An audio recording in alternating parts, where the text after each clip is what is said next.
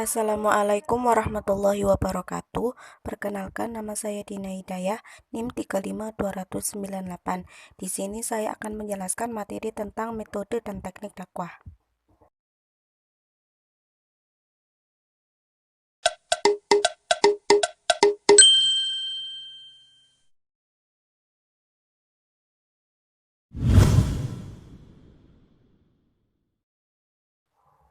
Hadis teknik dan metode dakwah.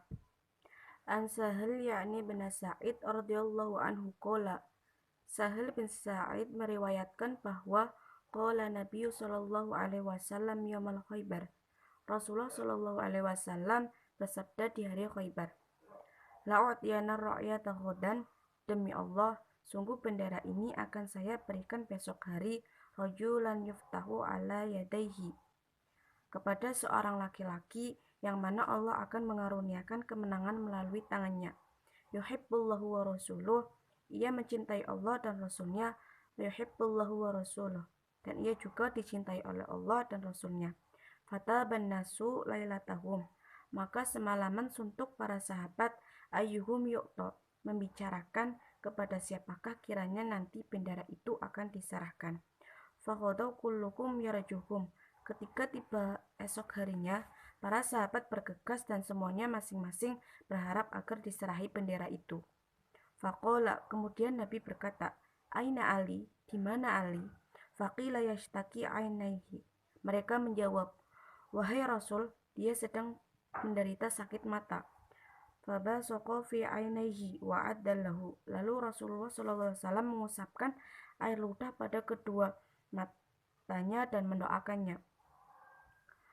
Fabiraka alam yakum bihi wajhu fa'atahu, kemudian ia pun sembuh sehingga seolah-olah ia tidak pernah menderita sakit seperti itu. Lalu beliau menyerahkan bendera itu kepadanya. Faqala, Ali berkata, waqatilum hatta yakunu mislana, saya harus memerangi mereka sampai mereka menjadi seperti kita. Faqala, Nabi kemudian berkata, iftu ala rislika hatta tangzila bisihatihim, bersikap tenanglah sampai engkau tiba di hadapan mereka. Sumad ugum ilal islami, kemudian serulah mereka agar masuk ke Islam. Wa ahbiruhum bima yajibu alaihim,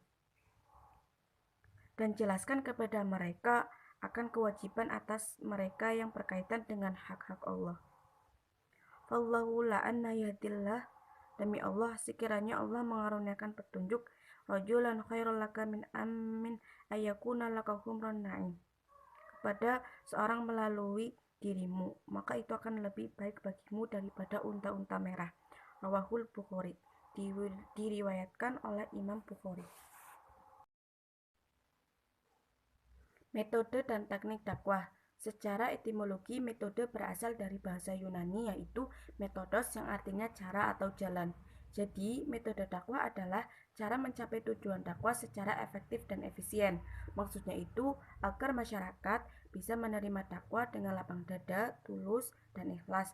Dan dalam penyampaian juga pun harus melihat situasi dan kondisi masyarakat sebagai objek dakwah.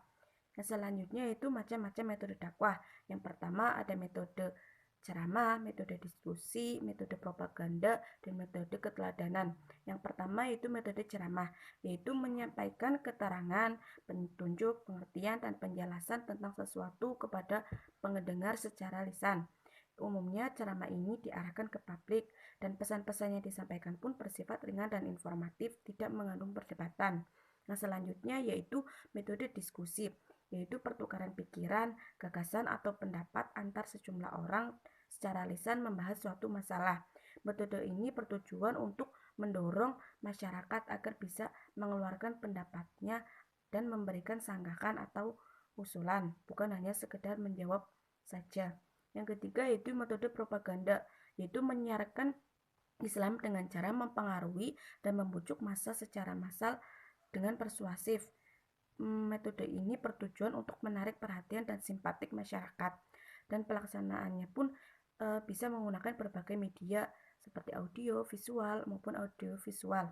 Yang selanjutnya yaitu metode keteladanan, yaitu memberikan contoh atau teladan secara langsung kepada mat'u agar tertarik untuk mengikuti apa yang dicontohkannya. Metode ini memiliki hasil khusus yaitu berupa pikiran dan perasaan yang berkaitan dengan akhlak, cara bergaul, cara beribadah, cara berumah tangga, dan lain-lain. Yang selanjutnya yaitu asas-asas dalam metode dan strategi dakwah. Yang pertama yaitu ada asas filosofis, asas kemampuan dan keahlian, asas sosiologis, asas psikologis, dan asas keefektivitasan. Yang pertama yaitu asas filosofis, yaitu tujuan yang hendak dicapai dalam proses dakwah.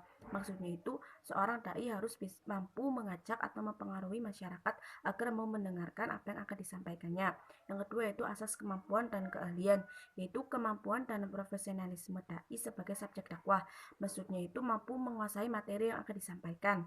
Yang ketiga yaitu asas sosiologis, yaitu terkait dengan situasi dan kondisi sasaran dakwah, yaitu mampu mengetahui kondisi dan situasi dari seorang mat'u. Yang ketiga yaitu asas psikologis, yaitu terkait dengan kejiwaan sasaran dakwah, yaitu mampu mengetahui juga kondisi kejiwaan dari mat'unya. Yang ketiga yaitu asas keefektivitasan, yaitu dalam aktivitas dakwah juga harus diusahakan adanya keseimbangan antara waktu, biaya, dan tenaga yang akan dikeluarkan dalam pencapaian hasil dalam proses dakwah.